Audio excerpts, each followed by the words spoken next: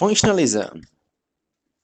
When the new German psychology of women was introduced to the United States, it immediately took on a particular American character. The American psychologists who had been trained in Germany imposed a functional interpretation on structural psychology. When they returned to America, functionalism was an orientation in psychology that emphasized mental process rather than mental content. It was Titchener who in 1898 coined the term functional psychology to distinguish it from his own brand of psychology. Functional psychology was not a formal system of psychology in the way represented by structural psychology or later system of Gestalt psychology, behaviorism, or psychoanalysis.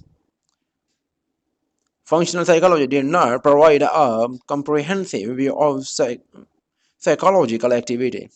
Rather, it differed from structural psychology in a spirit or in an attitude that emphasized the application and usefulness of psychology. Woodward said, a psychology that attempts to give an accurate and systematic answer to the question, what do men do and why do they do it, is called functional psychology. The founder John Dewey and James Angel developed functionalism as a system and gave it the status of a school at the University of Chicago. Since 1640, American psychology underwent at least four stages of development. The first stage from 1640 to 1676 was dominated by moral philosophy and mental philosophy. The second stage from 1776 to 1886 was determined by intellectual psychology.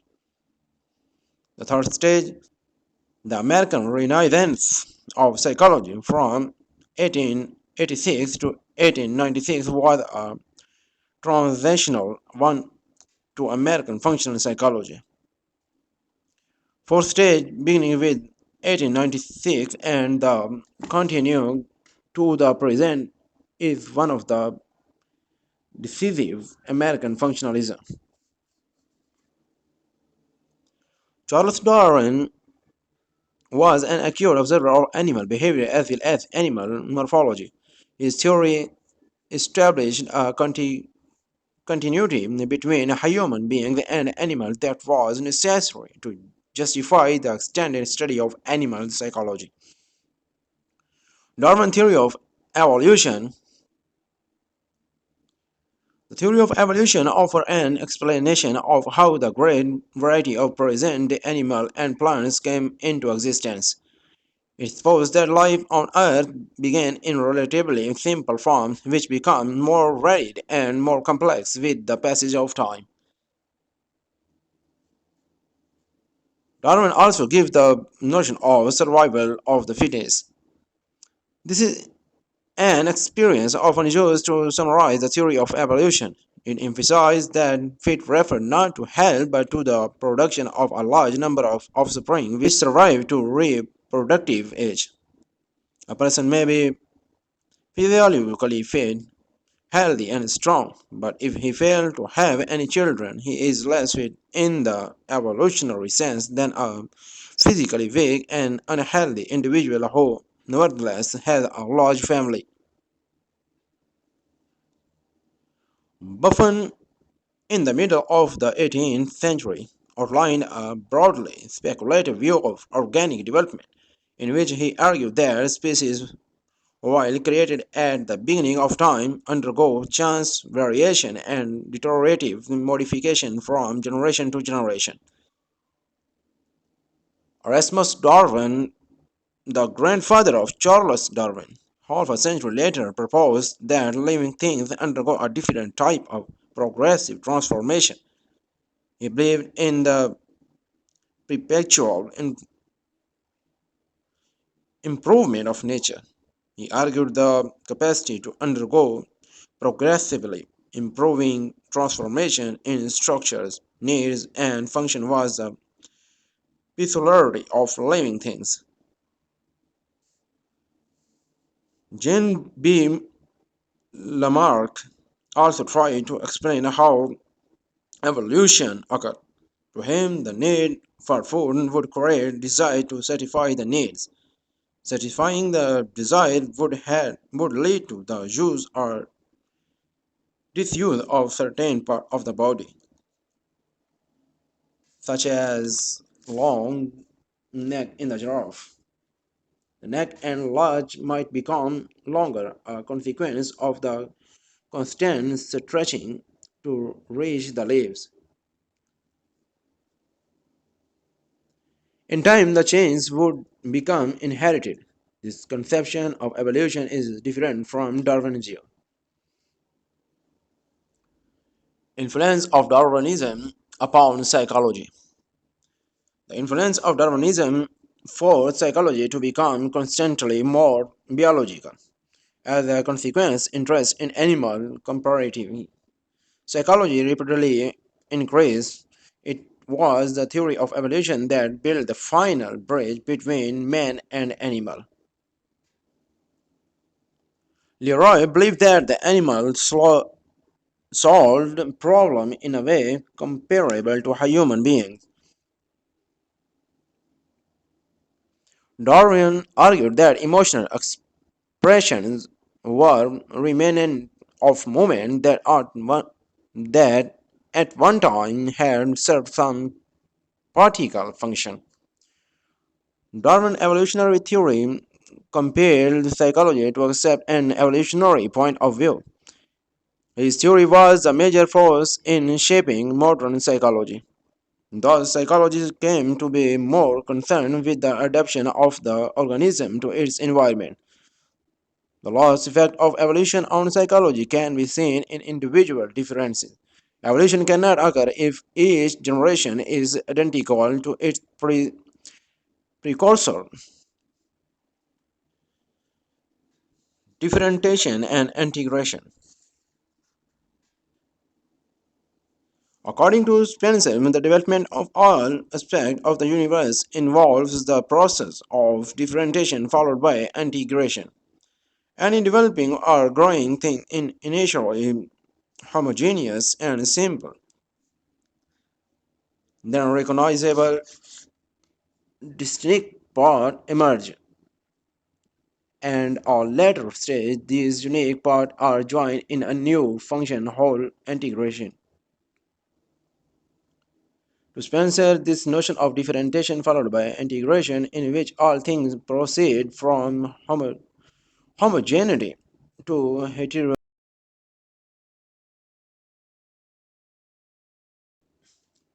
Stream of consciousness. James argued that the proper metaphor for thought is a stream.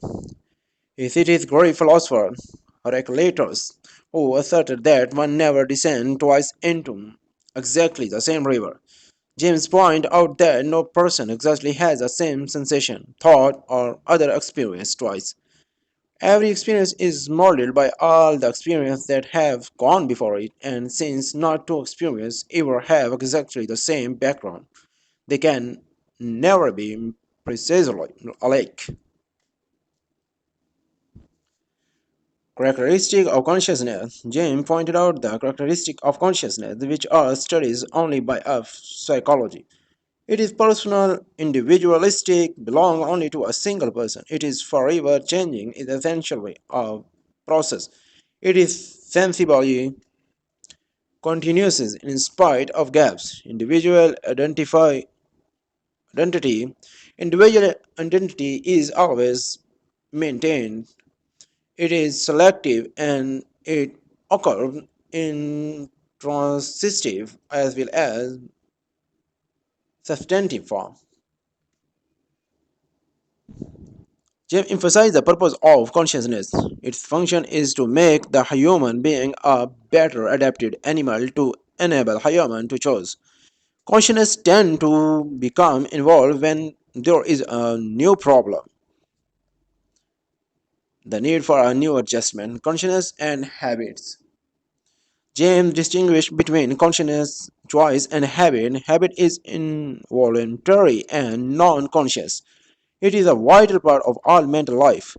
It serves to increase the plasticity of natural matter. As a result, the action becomes easier to perform.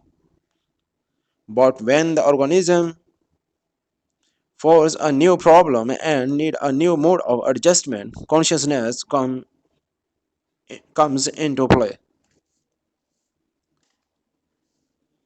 Emotion. It is one of James' original theoretical contribution to psychology. To him, emotion is nothing more than the perception of internal bodily change that have occurred in response to some stimulus. James' pragmatism point of view is that the validity of an idea or knowledge must be tested by its consequence. According to viewpoint, anything is true if it works. Granville Stanley Hall. In 1881, Hall was invited to give a lecture at Johns Hopkins University, where he was given lectureship. At Hopkins, he founded a group of younger men who were later to become famous in psychology: John Dewey, James McCarthy, and etc. At John Hopkins, Hall established the first American psychological laboratory in 1883. He was one of the first Americans to become interested in psychoanalysis. He invited Sigmund Freud and Carl Jung to participate in a series of conferences in 1909. Hall was influenced by the theory of evolution. Hall combined the future Hall combined the feature of Vernon and James.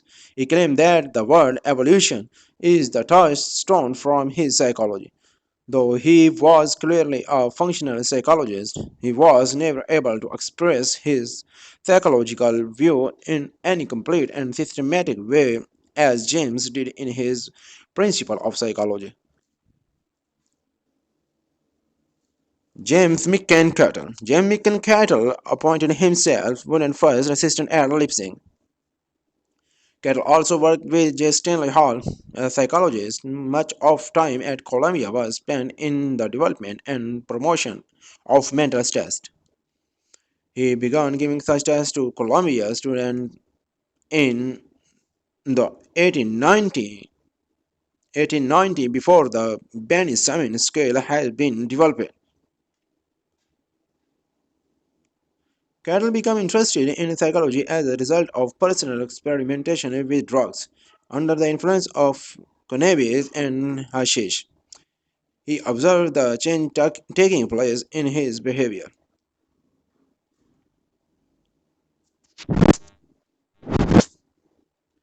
John Dewey initiated functionalism at the University of Chicago. He appreciated the democratic implication of Darwinism. He appreciated the democratic implication of Darwin's theory and saw education as the key to individual improvement and the betterment of society. David used psychology as a means to his social vision. In 1896, David published a paper that reflects our concept in psychology. This paper is considered a very significant landmark in the beginning of the functionalist movement. He viewed behavior as a total coordination which adapted the organism to a situation. Davy was concerned with well-being of men and their physical, social, and moral adjustment. According to Davy, life is learning, and this idea influenced the study of Thorndike, Weston, and the new behaviorist. Davy rejected the theory of instinct to Davy rejected the theory of instinct. Davy impulses are highly flexible starting point for activity which are diversified according to the way in which they are used. Harvey Eker defined psychology as a science of mental process and emphasized motor responses, adaptive activities, and motivation. He recognized both subjective, introspective method and objective measure in psychology. However, with his background in animal psychology, he tended towards the objective at the expense of the subjective method of research. Cord summarizes the basic principle of psychology. First, mental processes are adaptive and have purpose. Second, mental activity is elicited by environmental stimuli. Third, motivation always affects mental process and modifies stimulus influence. Fourth, behavior responses have consequence. Finally, all mental activity is continuous and coordinated. In 1897, Woodward said that he wanted to develop a motivology. It means that functional psychology should include the topic for motivation. His dynamic psychology or motivology is concerned with cause and effect relationship. He was not interested in the ultimate cause of human conduct, but in more immediate causes. He believed that the goal of psychology should be to determine why people behave as they do, why they feel and act in certain ways. His primary concern was the driving force that activates the human organism. If you now discuss about the mechanism, a mechanism is concerned with how a task is performed. This is a mechanical aspect of physical movement. A drive is concerned with why the task is performed. Both these concepts are interchangeable.